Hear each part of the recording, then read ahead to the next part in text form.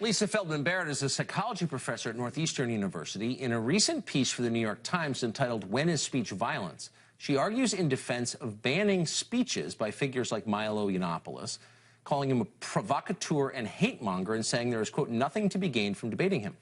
But she doesn't stop there. She says her anti-speech posture is based in science and that scientifically speaking, some speech literally is as harmful as physical violence. Lisa Feldman-Barrett joins us tonight. Professor, thanks for coming on. Thanks for having me on your show. So if certain speech is tantamount to violence, obviously we need to ban it. Violence is harmful to people. Who decides under your plan what speech is allowed and which is banned? Well, Tucker, first I have to point out the fact that I actually didn't advocate or in any way argue for banning anybody. I didn't argue for censorship. And in fact, the article wasn't even really about free speech. It was about two things, okay? The first thing that it was about was choosing speakers. Some speakers invite debate. And as I said in my article, debate is the lifeblood of democracy. It's really important. So it's important to invite people who will initiate discussion and debate around provocative, controversial, and even offensive ideas, and particularly on college campuses, because debate opens minds. But hateful speech closes minds, so just don't invite those people. And the second point that I made. Okay, wait, can we just do one? No, let me finish, because it's really important. It's important to make the point, right? Okay, but I just want to address them one at a time. Okay.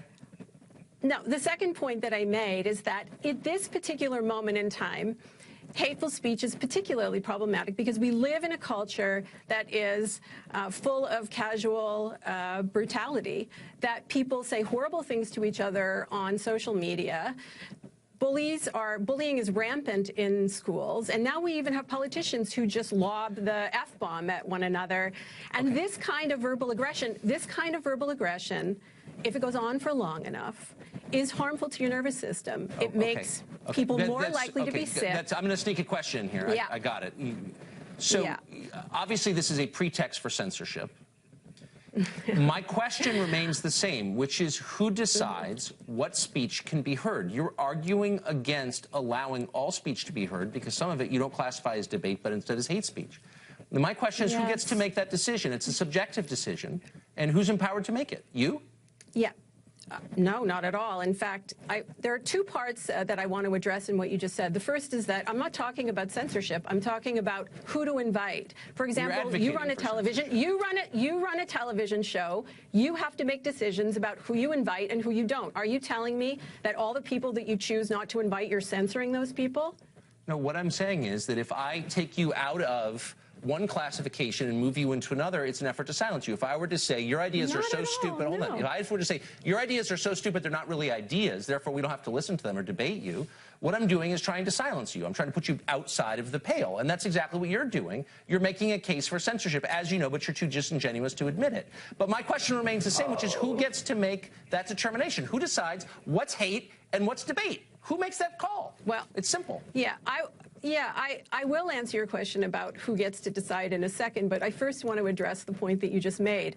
I think that it's, you know, people start to call each other names when they think they can't win a debate on the basis of the strength of their arguments. Debate is the lifeblood of democracy, as I said in my op-ed. Yes. And debate means that you have to foster an opportunity for people to actually express their views. So when I tell you that censorship is different from choosing to invite, when I make the point that, you know, free speech gives you the right to say offensive things, but it doesn't necessarily give you you shouldn't expect the right to be invited everywhere. And I am disagreeing and when I tell you, and you're trying to overtalk me here. Well, it's not debate when you tell me. No, you're watching debate happen and you don't like it. I'm waiting for you to call me. No, actually, I was practitioner of hate speech. No, not at all. But lobbing insults at people, isn't debate. I'm soliciting an answer from you. I keep asking you the same question, which is, how do we decide? What are the standards? Who gets to make that call? What's legitimate and what's not? And you can't answer the question. I can answer the question. It's just you keep clouding it with insults. Come on, Professor, just give me a real answer. Yeah, the real answer is a reasonable person, when a reasonable person is fearful for their own safety or the safety of someone else, that classifies as hateful speech. How do you decide what a reasonable person is? Perhaps I feel intimidated. Hold on, maybe I feel intimidated by you right now. I think I'm a reasonable person. Should we, consign you to the hate speech bin? I mean, what does that even mean? These are totally subjective categories. That's why normal people, old-fashioned liberals, used to say, we let everybody talk, right? Remember that? Yeah, yeah. So reasonable person is actually a concept in the U.S. law. It's a concept that's used by judges and lawyers and other legal actors to make legal decisions. I got 30 seconds. Define what it means. A reasonable person is the average person.